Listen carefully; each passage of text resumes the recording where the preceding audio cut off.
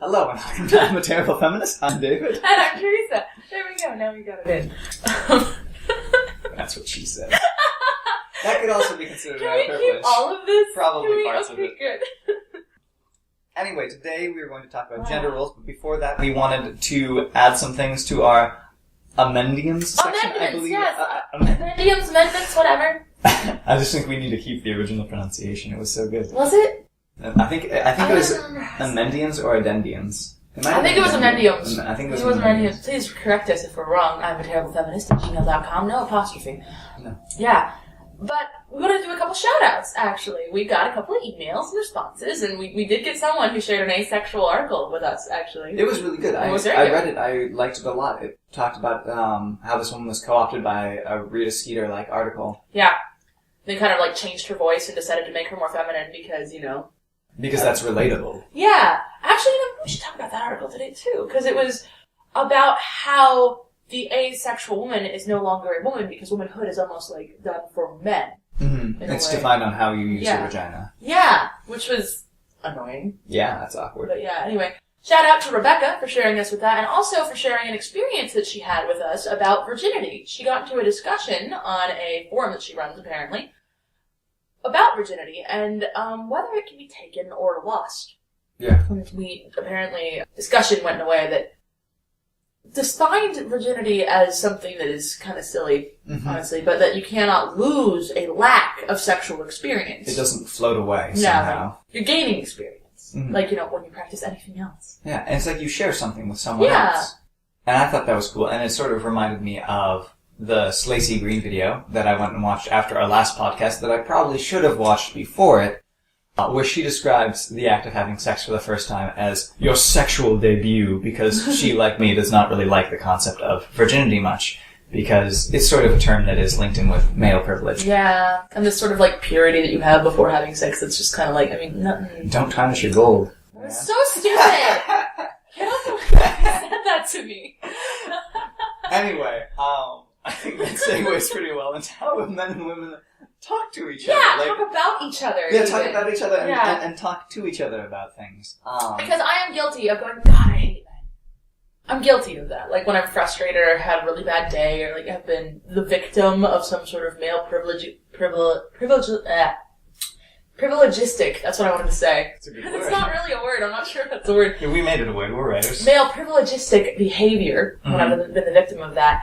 And I go, God, I hate men. I think I've said that before at some point. And I'm not actually talking about men. I'm never mad at you, David. When I've had a bad day, I'm suddenly God, penises, they're such dicks. Which is actually accurate. I was going to say, that's true. just a tautology. It is, yeah, it's just synonyms. But, men are not what I'm mad at. I'm mad at a behavior that is accepted. Yeah, in the culture that we are in, there is this way that men are expected to act a lot of the time. And that can come out a lot in how people talk to each other. We read an article, and there were some really good examples in it, but I actually... An article by a trans man. Yeah. A person who had been female and then become male. Yeah, and so he had it from both sides. He knew how men talked to women when they're trying to pick them up, and then how men talk to other men, about them and behind their backs. I have it right here if you want me to read it again. It's right... There we go. Oh, yeah, there it is. There it is. And there's one part where... Oh, it's right there. It's quoted, so I can just read it to you. Yeah. There's a taxi cab driver that said to this man, "What's that bee doing begging? Doesn't she know she can just sell herself, essentially?" I'm not going to quote that exactly because some vulgar words here. I don't like saying things like that. And I thought that was a very interesting thing that, men would probably not say to women. And it reminded me of something that my father who was going to get brought up so often. Okay. I have a very interesting relationship with my father where talking about sex and sexual things is totally okay, except that for him it's always sort of a joke. And so every now and then he makes extremely sexist comments about women's bodies around me, because for him it's it's a funny game, and he doesn't get where the line is drawn. When it's talking about me and him being incestual together, which we're not, but it's just sort of a running joke. You're joking about it. It's a running joke. Your family's very open. We're very open. They have a very interesting sense of humor. But so he sometimes carries that out onto other people, and he's a little deaf. So he sometimes does it a little louder than I would appreciate him to do. You're we're in public, Father, no! And so I try to call him out on it, but it doesn't do a lot of good to go up to him and say, Dad, why are you so sexist? That doesn't make sense. But to differentiate the comment from your father. Yeah, exactly, because you can't prove that someone is sexist unless they just admit that they are sexist, because they can always say, well, no, like there was this one time at band camp where I gave a girl a cookie. So the thing is that you can focus on what was said, and that is something that can be definitively proved to be sexist, or to be racist even, or homophobic, and you can say, that statement is what I have a problem with. Well, the thing is that the people who say that they are sexist and will admit it, they'll probably do it proudly as well. Like, they're not going to want to listen to you. And the people who do want to listen to you don't want to be called sexist because they don't want to be sexist. Yeah. In fact, they probably don't realize that they are being sexist. Mm-hmm. So to say that thing you just said was sexist instead of you're sexist will help them, because they're like, well, I'm not sexist. Like, they probably actually are not, but didn't mean to be, or don't realize it, or don't understand how it is sexist. So. And then if they say, no, I really am just a sexist person, then you're like, then you're just an asshole. Yeah. Well, I was going to say you can engage in a dialogue about how you can reprimand that, or we'll reprimand that and repair that as well. Yeah, like be a better person. Yeah, and be like, this is how you be not an asshole. An interesting thing someone pointed out to me in my writing that I feel like is also true in my life, as we're talking about how men and women talk to each other. Mm-hmm. When I speak to women, I am much more interested in their feelings and in making sure that they are okay and in a good spot, and I'm willing to like be there and like be a buddy. And with men, that's something that I don't do quite as often. And the place where I really noticed this was in a story that I was writing, where someone pointed out that one of my main characters was kind of a dick to this guy who like went through this really traumatic experience, but was really nice to this woman who went through the same experience, essentially. And I was like, oh crap, my character's a sexist asshole, I need to go back and fix this part. Mm-hmm. The whole idea that, like, men cannot be emotional with each other and that women are, like, because I experienced a couple of deaths in the family last year, a year ago. It's a little fuzzy, a lot of time has passed. It feels like it's been a lot longer than it has been. And I had a lot of support. A lot of support. One of my male cousins did not receive the same amount of support and actually ended up dead in the lake. Yeah. Because he turned to drinking to get over it. I mean, it was rough for him because his father died, my uncle. And so, it's worse for him, and he didn't even have the same amount of support as I did. Yeah. And I think that's a thing that if he had the same amount of support as I did, that maybe it wouldn't have happened. Yeah. But, like... Or, like we were talking about earlier with Peggy Carter and Captain America. Yeah. Like, these things that we allow female characters to do that wouldn't be okay for male characters.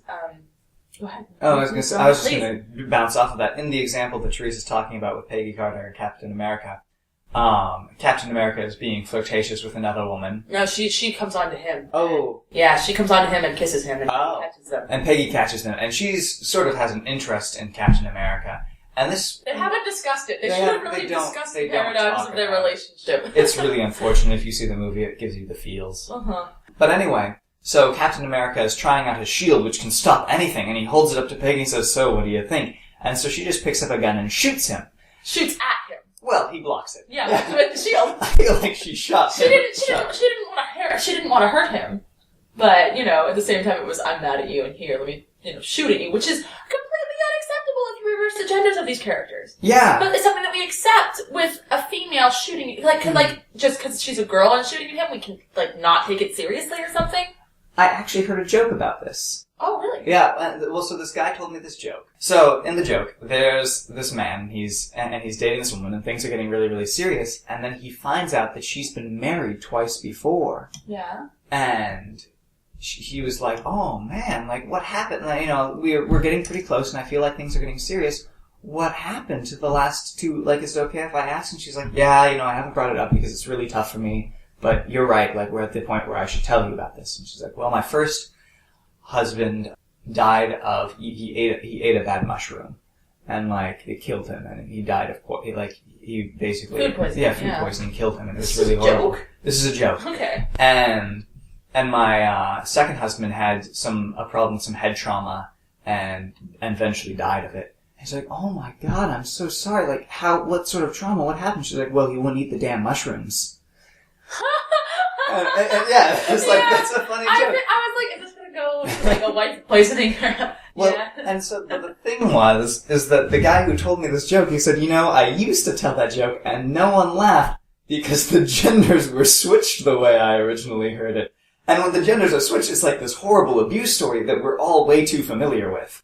But like, if it's the genders are switched, somehow it becomes entertaining and funny. The same way it's funny that Peggy shot at Captain America and also really shows that she is, a strong, get-her-done sort of woman. Yeah. Which, I mean, like, it's unfortunate because she has to keep proving that throughout the entire... It was the only reason I can accept it with Captain America and, like, not get mad about it. It's set in, like, the 20s, 30s, 40s. When is World War II? I'm so bad at history. Gosh darn. It's set during World War II. I think World War II was the 40s and 50s. I think it was, yeah. It's set during World War II, so they're, like, time period-wise, it makes a lot of sense for why Peggy is this way. Yeah. Modern day, I'm not so okay with it. And it still happens in modern day stuff. And sometimes really poorly. Man, if you have seen Star Trek Into Darkness, that movie just made me weep for the way women were portrayed. Seriously? Why? Well, because, like, they didn't have... So, Uhura's whole thing is like, oh, Spock! Oh, no Spock! Oh, Spock! Oh, no Spock! Like, that was the extent of her character. Well, here's the thing. Like, Into Darkness is a very Kirk-Spock-centric story. Which I'm okay with, but then... I liked that Uhura got to be feminine, like, in that way, and was not denied a relationship for the sole reason of making her character strong, quote-unquote. My concern was that I felt like every line that Uhura had was in relation to her and Spock's relationship. They were going through something. That's true. I cannot deny what you were saying. I suppose it didn't offend me. Yeah, okay, I'm glad. It didn't, it would've, and we had, what's her name? The blonde one. I don't remember her name. You don't remember her name? Because she wasn't important. No, she was important, and she was very cool. And, like, I am one of those people that actually think that the whole Kirk being naked and then her being naked wasn't what's good for the goose is good for the gander thing. But, when was Kirk naked? Kirk was naked earlier, but he had two girls with him. Like, it was obviously a sexual thing. Whereas hers was just Kirk being like, I mean, don't get me wrong, Captain Kirk is kind of a womanizer. Yeah, he is. And so, like, it made sense for Kirk's character, but we didn't necessarily need to see her in her bra and panties. Yeah, and I felt like she was then used as a device because, like, the big evil man steals her and then the other men come to rescue her. Well, to be fair, she gets her arm broken. Like, here's the thing, is that, like, none of this seems to me as though would be different if she had been a man. Yeah. Like, and the same thing with Uhura. Like, if Uhura had been a man that was into Spock, and, like, we weren't being weird about the gay thing because it's the future. Yeah. I honestly do not think that these characters would have acted in different ways. Like, Uhura's relationship to Spock is very important to her, and they are going through something, and it all made sense to me for her character. And the same for the blonde woman whose name I'm currently looking up. So, the two things, I agree with you. I think that's Trek. Correct. The two things, that's Trek. Sorry. That's Trek? I'm looking at what you're writing. It's Star Trek! The two things that annoy me is that it's already a problem in most of our media that this sort of thing happens. And so that it happened again in Star Trek reinforced it. And then the other thing is I feel like the Star Trek franchise, up until the new movies, has been one of the most progressive and forward-thinking franchises. There are talks about homosexual characters in the next generation. And a lot of things have been, like, have you heard what, Andrew Garfield, is that the new Spider-Man? Oh, yeah. Yeah, what he said about how it'd be really cool if MJ, Spider-Man's next romantic interest, was male, and how if Spider-Man was bisexual, it would continue the forward-thinking underdog sort of mentality that the author had intended when he wrote Spider-Man, because we have kind of this geek chic thing going on now. Yeah. That was not part of our culture back in the day. Like, Spider-Man was an underdog superhero. He's not anymore. Because of how our culture has progressed. And because he's badass. Well, he is a badass, but that doesn't, he's still... and how cool it would be to give him something that made him an underdog again, like bisexuality. Yeah. Unfortunately, so far, the director has shot this idea down, but I hear the author's a little bit on board. And, like, he's the one who said that Spider-Man isn't an underdog anymore, and that he would like to see a return to that, and I think it'd be really cool if Spider-Man was bisexual, because that would address something that we haven't really addressed in our culture or in that media. My one big problem with what you're saying about, like, Into Darkness is that I agree with you. It'd be really great if everything continued to be forward-thinking. I don't think we should limit our stories or our characters that way either. Like, we can't say you have to be this way. It's the same way as saying, well, you have to follow this stereotype. My frustration is that there is something that I think people should be conscious about in their Yes, writing, and I I agree don't with feel you like with that. they were. It could have been better. Like, Ahura Yeah. could have had a few lines about something else, or there could have been a scene in which she and the science officer, the blonde woman, Mm-hmm. could have had a discussion, or like done something proactive. You're right. It would have been better. There wasn't with about that. Spock Yeah. or Kirk. Well, it probably wouldn't have had to have been. It would have had to be about saving the ship at that point. Yeah. Yeah. But one of the things that's kind of funny, if we're like, I feel like this should be saved for like the next topic that we're going to do. Oh, yeah. I'll save it. Carol! Her name was Carol! Her name was Carol. Yeah. Played Sweet by Carol. Alice Eve. There were a lot of things that I didn't like too much about it. Well, Benedict Cumberbatch was in it, so I was kind of just... He was actually one of the things I didn't like. Let's move on. 'Cause Okay. We're just not going to agree on this. Okay, so anyway, one of the things that is frustrating to me about these things where, like, women are portrayed in this way in media a lot, and that, you know, Kirk has the scene where he's naked, but it's with other women, and so it's like an acceptable form of nakedness, is I feel like this ties into the idea of male privilege. Yeah, it's like you knew where I was going with that. I wasn't sure. I was like, where are we on our outline now? We went on a superhero tangent. It was fun. It was good. But yeah, like, it's expected that the man is going to be able to be like, oh, I'm gonna, you know, go sleep with these women, and Uhura is super loyal to Spock the entire time, whereas Kirk is still footloose and fancy-free, and I appreciate that that's part of his character. It is part of his character. Even though, you know, in Wrath of Khan, he totally he was into someone, and, like, she was the one for him. In the original, which is old and supposed to be, like, up to shittier standards. The thing is that, like, the original is a TV show and has a little more breathing room. Oh, but Wrath of Khan was a movie. Oh, crap.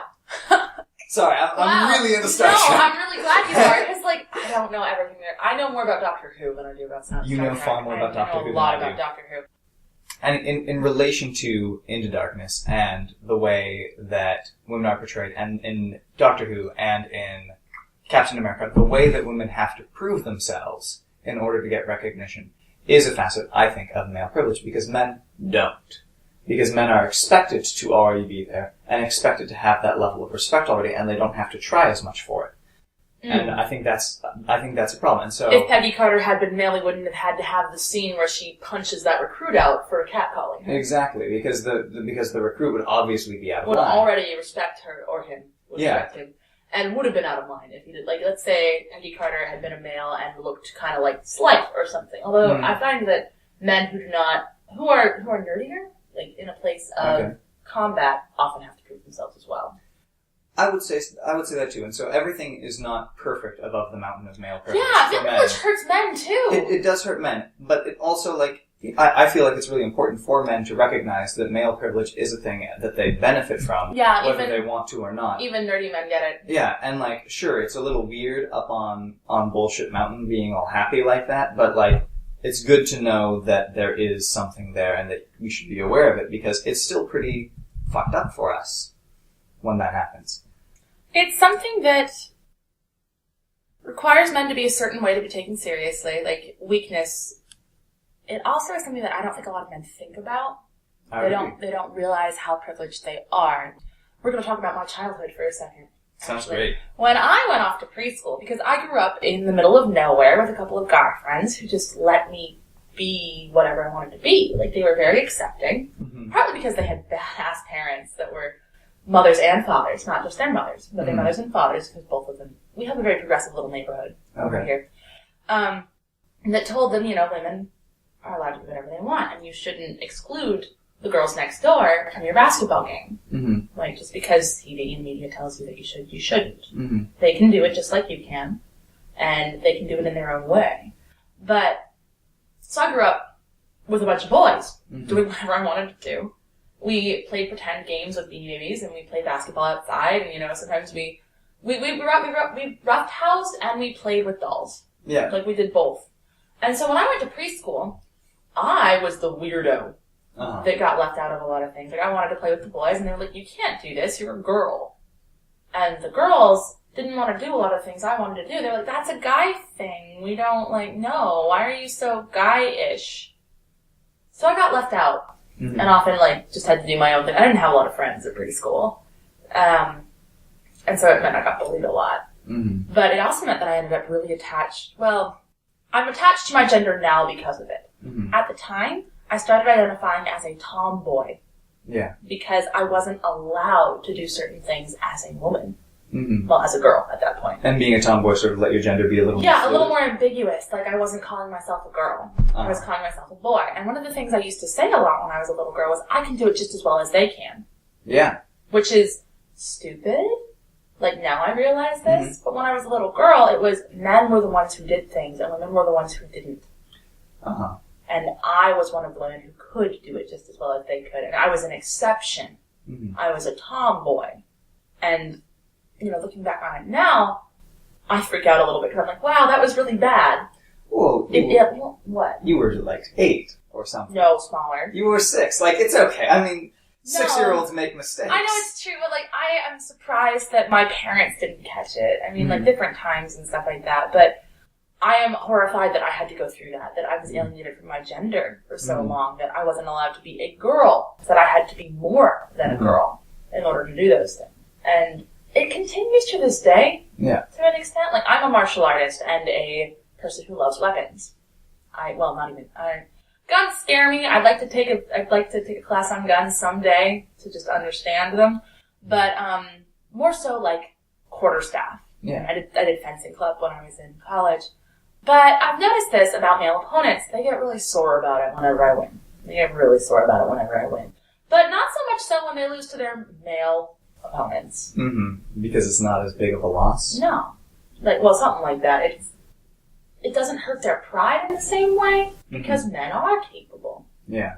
And men are expected to be able to, be on the same level as other men. But if a girl can beat you, you must not be measuring up as a man. It's nothing to do with her ability, or how good she is, or how hard she's trained. Mm-hmm. All of a sudden it's about your gender, which I think plays into male privilege a little bit. Yeah, I think that sort of connects into gender identity a little bit.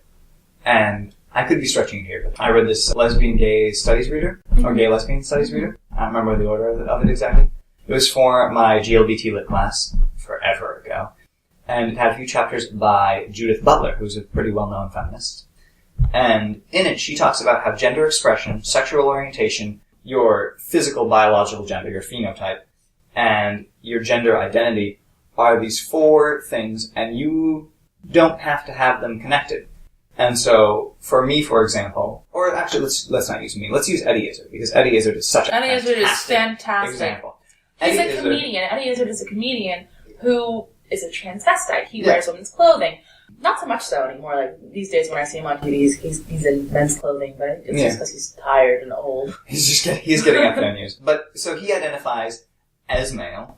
He expresses himself in a very female way because he wears women's clothing. His orientation is heterosexual, I'm pretty sure. I know he's married, but I don't want to pigeonhole him in case he's bisexual. We know that he behaves in a manner that allows for heterosexuality. Yes. And he has a penis, and he is comfortable with having his penis. And so his biological gender is male as well. And so a lot of times people would say, well, what's your biological gender? And then they make cue cards for what everything else is. Mm-hmm. And that is silly, and that is something that doesn't work really well, and is one of the ways that male privilege hurts men, because there's this idea of what it is to be male.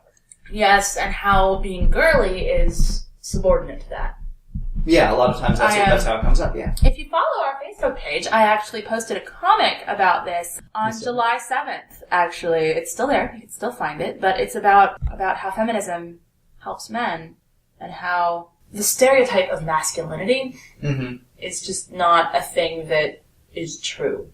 Yeah. Like the stereotype of femininity. Like, I am female and I have my own sort of womanhood, but it doesn't fall into, making cookies. I like making cookies. I'm no good at it. Like, honestly, I'm not a good baker.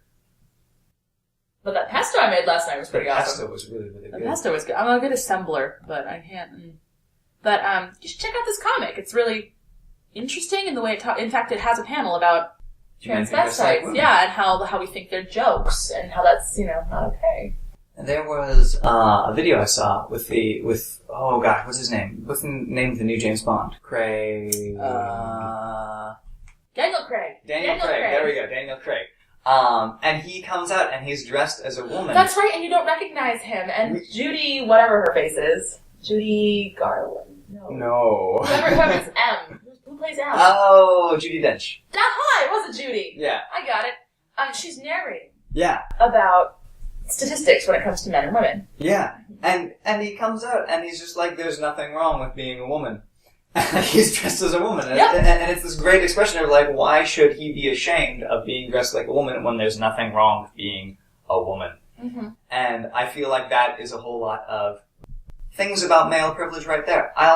There are some interesting things. It's hard for me to nail down. Yeah, male privilege is a little bit of a tricky monster because it squiggles around a lot. One of the conversations I had recently, I posted this article in relation to a Tumblr called Men Sitting on Trains. Oh, yeah! And it's about men who have these really, really wide legs apart when they're on trains. They take up a lot of space. They take up a lot of space. And a lot of the men who see it say, oh, well, you know, men have these things called balls, like, gotta make room for it. And as a man, I am capable of saying that you don't need that much space for your balls, unless you have electhantitis, in which case you should see a doctor. Yeah, it's probably a good choice. You know, then I guess we can give you an exception if you have a medical condition. But like we could for anyone with a medical condition. Of course. Yeah. Not that we're the gatekeepers of anything. Well, no, not us, but I think society. Yeah. Like, you probably get a pass. it's not just men with medical conditions, which is a fantastic example of male privilege. There we go. It's everyone who has, how we have the handicap seats on buses and stuff like that. That's for anyone, not, not just the men with it. Yeah. Anyway, so in these pictures, it has these men with these very widespread legs, and these women who have their legs crossed and often are still being touched somehow by these men's legs because the men are just like so wide, or they're sprawled out, or their feet are on other people's chairs. And I was talking to this one guy, and he said, I don't get how that helps women to just put down men. And I'm like, well, the article is not trying to put down men. You mean, this person didn't understand how chastising these men for taking up so much room helped women? It helped women and feminism in general. Like, how is it feministic to talk about men taking up too much space on trains? Because of the amount of space that women are then, like, you said that they were trying to be small, right? Some were trying to be small. In other cases, the men were alone on seats. Oh. And my thought is just that it's about being aware of your surroundings. If you're taking up a lot of space on a train, no one else can sit next to you. Mm. And it's not just that, it's not, then in that case, it's not just bothering women. And because I do the same thing. Mm-hmm. Because if there's no one sitting next to me, I see no problem with taking up a lot of space. However, I know that because I am a woman, people will ask me if they want to sit there. Yeah. If I was a man taking up that much space and a woman wanted to sit there, she might not ask. Very possibly. Which is another bit about their privilege, actually, because you don't realize that women might be scared in that situation. Well, and that ties in sort of to silencing things. We were talking, before this podcast started, we were talking about how in classrooms a lot of the time, if you listen, men are often the ones who are speaking. True. And women don't do it as much. And Well, I'm speaking generally. Yeah. I talk a lot in classrooms, and I actually am guilty of silencing behavior a little bit, because I am very argumentative and just assume that people will speak up and forget how hard it is for people sometimes. Oh, am I doing it right now? Well, I was going to say that sometimes men also will interrupt a lot. I've been trying to be very, very good doing this because I know that this is the male privilege episode, so I'm just not going to try to cross any of the male privilege lines here. I do interrupt a lot, I do. Just a little bit sometimes. So it's very interesting to look at that, and a lot of men, for example me, I'm sort of a Hermione Granger. I love to have that dialogue with the teacher, and I love to interact and go back and forth with the teacher, and it feels sometimes it felt when I was back in school, there was sometimes a one-on-one discussion, and I was getting so much out of it. And then I thought, there's probably a lot of people here who have the exact same ideas that I do. And just because I say it first doesn't necessarily mean that it sticks in my mind better. And so I started writing down my thoughts before I said them. Because then if no one said them by the time I was done writing them, no one's going to say it. I have the idea. I'm the one who has a good answer. I can raise my hand.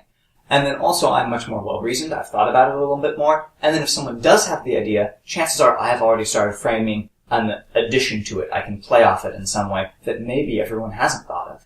And I felt like my learning experience was augmented by having more people involved in the conversation. which kind of ties into the idea of boys will be boys, girls will be girls. People have this stereotypes that we kind of live up to. Like, I don't know about you, but I'm interning right now. Yes. And so I'm not in the classroom at this moment in time, even though I'm a graduate student. I'll be going back to school in the fall. And I was in New York. As anyone who follows our Facebook page will know, our social media kind of dropped off this week because I was so dead tired. Yeah. But while I was there, we had this round table, and it wasn't really a round table because we had 3 big CEOs who were kind of gatekeepers in the entire thing. And I noticed that a lot more boys spoke up and said things, and that these men recognized men more than they did women. I think they may have been aware or may have been trying, because this company is very progressive. But because of the way that they formatted the discussion, because it wasn't a Q&A for us. Like, the interns were not asking questions of the CEOs. Yeah. The CEOs wanted information from us. But because we had to raise our hands, introduce ourselves, and then, like, talk to them, we weren't having a conversation or a discussion. And I think it was actually really unhelpful for them. I think they would have gained a lot more if it had been a lot less formal, or if they'd come and tried to talk to us in smaller communities, because the more people you add to a room, and the more gatekeeperish you make a conversation, the less likely it is that women are going to speak up. And boys just will, because it's expected. And it's because when they're little, we're conditioned a little bit more to say, you know, if the boy is being loud, if the boy is being messy, boys will be boys is the blanket excuse. As if that's just part of their DNA. Yeah. And then women tend to have a much more restrictive viewpoint set upon them. I suppose that's true. It's less to do actually with behavior and more to do with what's okay and what's not okay. For each gender to do? Well, no. Okay. Let me give you an example. My sisters and I would play with blocks when we were little, right? Okay. And my sister built a tower. And the example that I have heard often is that if a boy runs by and knocks it down, a parent who is not parenting well, in my opinion, will just go, oh, boys will be boys. You know, like, that's part of what they do. Yeah. Whereas if I had done that, the same parent would have been like, you need to chastise her. That's not alright. Yeah, that's not okay. That's something you should talk about. Because girls aren't allowed to be that way, I suppose. And that's what I mean. That boys will be boys, where it's the same behavior and a different reaction. Yes. I suppose it's similar to what you were just saying. But it's less to do with like what's expected of someone and how people react to a behavior. Yes. There are a lot more silencing moments. Yeah, for women. Or even things that are talked about. Like if a boy takes interest in his appearance and wears something, you know, cool, it's not really commented on. But if a girl does, it's all about her clothes. It might be a little vain. Yeah. Well, no. They'll be like, oh, how cute. Oh, I see what you're saying. I see what you're saying. Yeah, like, the way that behavior is reacted to helps formulate children's ideas of what they're supposed to be. For some reason, that made me think of this Toddlers and Tiaras episode that I saw, because I once dated someone who was really into that show. And there was this one guy named Brock, and he was the only boy I ever saw, and the mom for him was so much better. Like, all the other moms were, like, trying to live out this fantasy where their daughters would be stars, and this mom for Brock was just like, he just seems to really like Broadway and dancing and sparkly things. He likes it, so let's do it. Yeah, and so, like, he gets to do what he wants. It's fine. And you know, that expectation almost carries over into the adult world through rape culture. Yeah, actually, because you like, whenever a woman reports it, it's, well, what were you wearing? What were you doing? Like, as if it's expected for men to, at a certain point, it's okay. Well, and we had the conversation in an earlier episode about how, you know, if you put the meat in front of the dog, it's going to eat it, and then which is obviously not true. Not true, especially with that woman and her peanut butter. I want to leave that out of context. No. You have to go back and listen to the episode if you want to understand it. Yeah, so that's an inside joke. It's in the first episode. Oh, well, it's in the first episode and it's in the second episode because we kind of did an overview for the first. That's right. And we talked about rape in the second one. Yes. Rape culture. Consent, actually. Consent. That's what we called it because we wanted to be affirmative. Yeah. Affirmation is great. Yeah, yes, it's a great thing. Positive. Consent's awesome. It is. And so the thing with male privilege, I think, for men, is that you should just be aware of it. You should notice when it's happening, and you should try to keep yourself honest, and when other people are doing it, approach it in a positive and proactive way. Don't shout, hey, stop, silencing women, but maybe say, have you thought about how other people are going to react to this? How what you have just said or what you have just done, like, again, removing it from them a little bit might also help. The other thing is, like, to be aware of it, don't think of it as an attack. I mentioned this in a previous episode where some young man had said, "Oh, I noticed this guy was hitting on you and that you weren't really liking it." I was like, "Well, then why didn't you say anything?" Mm-hmm. And how immediately 5 other guys in the lunchroom were like, "It's not our job." Mm-hmm. I realized that a lot of young men out there have heard the cry of not all men. And I agree. Not all men are like that. But it is the unfortunate few that are jerks that create this fear in women. And we are afraid. Yeah. There are situations in which we feel unsafe and we will not engage in certain behaviors. We won't speak up it helps that it will let us off easier. Mm-hmm. That we'll be able to remain safe in some way. And so if you see a woman who's kind of like, if you are walking behind a woman at night and you see her kind of like looking at you, crossing the street will make her feel more safe. Mm-hmm. It's not a comment on you. It's not saying that you are a terrible person. But it will make her feel safe. And if you engage in these behaviors, eventually women will feel safe enough to step it up. Mm-hmm. Like, I know that a lot of men are just like, we'll just step it up and, grow some balls. Which is not something women are... You wouldn't like that if women did that. Maybe you would if you were... Anyway. I'm not gonna... Yeah, that's a rabbit hole. Women might not enjoy it. Anyway, the idea about combating male privilege from a male perspective is to make women feel safe. Yes. It's not about making yourself seem less scary, because we know you're not all scary. But if you make us feel safer, we're going to believe it more. There was a great skit on Jon Stewart where these guys were talking... You mean The Daily Show? The Daily Show, yeah. Okay. Yeah. Sorry. Yeah, The Daily Show with Jon Stewart. There we go, okay. And you may have seen it, where there's a man and a woman who are both supposed to be in college. And I posted this. This is on our page. This is where you got it. It's so good. And at the end, there's, the guy says, well, yeah, but, not all men are like that, right? Some of us are still gentlemen. And the woman looks at him and says, yeah, I'll try to remember that next time a construction worker shouts that he wants to lick my back at 7 a.m. while I'm walking to work. And so it doesn't do a lot of good to say not all men, because that distracts from what the conversation is, which is that it is important to be a supporter and to help change these behaviors in our society. And just waving a flag that says, I don't do this, doesn't do as much as doing something. Yeah, it's because women encounter sexism every day. Yeah. And there are assholes out there. And if we don't encounter gentlemanly, behavior in which you do cross the street because you notice you're making someone uncomfortable. You do, move over a little bit to make sure that she has a little more space on the train. Those sorts of things go a long way. Yeah. And it's not that I think women should be grateful for those sorts of things, because that is respect that we are owed, in a sense, by society. But if you don't want women to be so scared or so concerned, if you want to prove that it's not all men, go and prove it. Yeah. Stop just whining about it. Definitely. Prove it.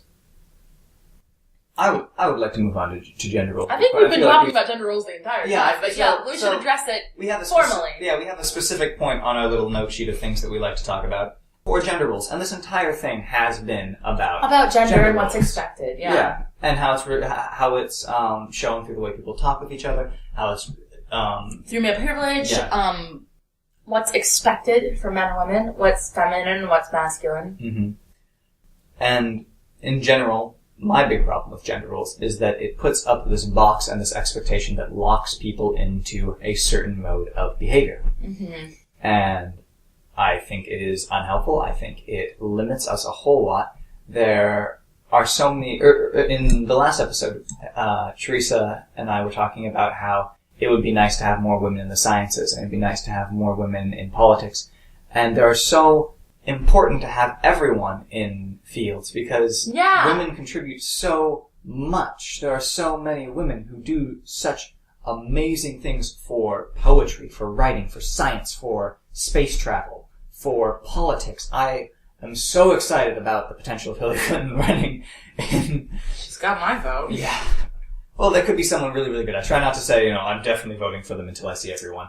But they're gonna have to be pretty damn awesome. If Jesus came back from the dead and was, super liberal, I might be okay with him. You'd have to win me over. Yeah, no, I appreciate it. Me too. I mean, I would have to know where he stands on certain topics. But I feel like it's important that we open up these ideas of gender roles, and then it will make life easier for men. Well, because then they don't have the thing about people don't insult them for being sissies or for being weak or for being seen as lesser because they're associated with something that could be considered feminine. And I think as we get away from gender roles, we'll get away from the idea that it is negative to be a woman. The other thing is that we have this new gray area that is neither feminine, neither female or male. Yeah. You know, there are people who are like, well, I don't want to be either. Yeah. I want to be my own thing. I don't feel comfortable with either of those genders. And the way that we have structured our society doesn't allow for those people. Yeah. Or even bisexuality, where, you know, you're interested in both genders. People are like, well, then who are you in this relationship? Are you a female? Are you a male? Like, we don't have a box for you to, like, define your behavior. And the idea that just because of the way you were born or the way that, or the kind of person that you're sexually interested in or not sexually interested in at all, you know, like, just your sexual identity, your gender, your way of presenting, that all of these things should mean something about you. Yeah. That we have a list of expectations for you based on these identifiers, like... Just based on what your orientation is and what your gender is, I feel like are the two ones that normally come up. It's like, do you have a penis or a vagina? What kind of gender do you like? And therefore, somehow you can define everything. Yeah, because I get pegged as a lesbian all the time. Because I'm an aggressive female. Yeah. And, or the person you were talking about earlier, who was... There's this great poet, I wish I could remember his name, and he came to Poetry Night up in Bellingham, and I live with two gay men, and he sounds a lot like one of them, and he moved a lot like him, and his presentation was just like, man, this guy is just like Danny. And I love it. He's so great. Flaming? Is that effeminate. Effeminate is the word I'm going to use. And one of his poems was about how he was always told by women that he was too gay to date them. And he was like, what the hell? I actually have a problem with using that word. Effeminate. Yeah, because, like, he is a man who is interested in women, and that does not mean, like, just because his behavior is something that we attribute to women, does not mean that he is female or effeminate. It's his own way of being male and masculine. Okay. So, like, I don't, like, how you were coming down on me? I don't think we should label it as effeminate. Okay, that's fine with me. I think that sort of goes into the idea to expand gender roles a little more into masculine and feminine. Do we want to talk about this, or do we want to not talk about this? We can talk about it a little bit, but, like, David and I actually got into a fight before this podcast episode, a little bit. Like, not, like, screaming or raising or anything, but just, we disagreed. Teresa cut off my foot. What? I don't remember that. Must have been a blood rage. Yeah. It's so bad. You're like, David is not actually hurt. He's not actually. He's fine. He's making Shut up, stop saying it. Oh my gosh. Sorry, I was being David and I got into a bit of a tiff because I was offended because I misunderstood him. And I was offended because I misunderstood Teresa. And basically what we were talking about is how everyone's on this scale of between masculine and feminine, and how masculine and feminine are these ideas that no one can, like, be. Like, if someone embodied all of the masculine traits, first of all, they'd be a little schizophrenic.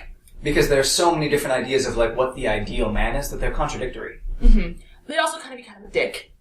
Probably. Yeah, and actually, we can talk about school shootings at some point, because I think that the reason we've never heard about a female going in with a gun and shooting up a school is because aggression is one of those masculine traits that men are forced to think that is, like, manly. And so they go in to prove this through violence, and then go out in a blaze of glory, and, like, that's one of the reasons that separating the masculine from the feminine and saying that it's so much better than the feminine, like, leads to these unfortunate expressions of quote-unquote masculinity. Yeah, it's very problematic. It's really bad. And honestly, if you have an article about a female doing a school shooting, I would be really interested to read it, just because I think that would be interesting to look at. Not that I think it's cool, just interesting. School shootings are really not They're really not awesome, but, like, I feel an obligation to educate myself.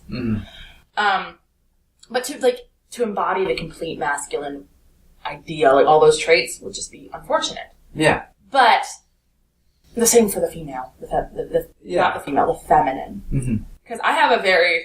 We got hung up on diction, is what ended up happening. And parts of speech. Because I said that since I am female, I have an expression of femininity that includes both female and masculine, feminine and masculine traits. And that sounds really confusing, doesn't it? Because, like, to differentiate between femininity and feminine is a little, like, one's a noun and one's an adjective, and that's basically the part where I was like, okay, now I understand more of where you're coming from. But the way we ended up saying it is that I, as a female, have womanhood that I express through a combination of masculine and feminine traits. And, like, the masculine traits are not definitely male. They're not linked to a gender. They're just, like, that's the way our society categorizes them. But even though they are masculine traits, they're still part of my womanhood. And so there can be masculine and feminine traits in everyone, and everyone does have masculine and feminine traits. And it's very weird when people try to act like they don't. Yeah.